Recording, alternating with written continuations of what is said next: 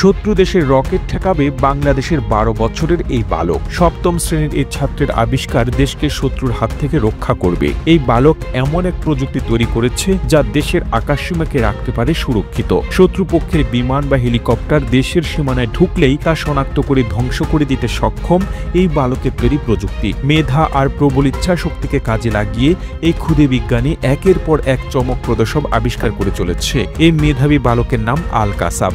বয়স মাত্র 12 বছর। মেহেরপুরের গাং উপজেলার সাহেবনগর বহুমুখী মাধ্যমিক বিদ্যালয়ের সপ্তম শ্রেণীর ছাত্র সে। এই বয়সে যেখানে বাচ্চারা গেমস আর কার্টুন নিয়ে ব্যস্ত থাকে, সেখানে আল কাসাব আবিষ্কার করে ফেলেছে এয়ার ডিফেন্স সিস্টেম। এমনকি কোনো প্রাতিষ্ঠানিক সহায়তা ছাড়াই সে এই প্রতিরক্ষা ব্যবস্থা তৈরি করেছে। এই সিস্টেমে রাডার, রকেট, কন্ট্রোল ইউনিট এবং শক্তিশালী লেন্স ও মিরর সিস্টেম রয়েছে। কাসাবের মতে এই প্রযুক্তি বাস্তবায়ন করা হলে বাংলাদেশের আকাশসীমায় কোনো শত্রুপক্ষের বিমান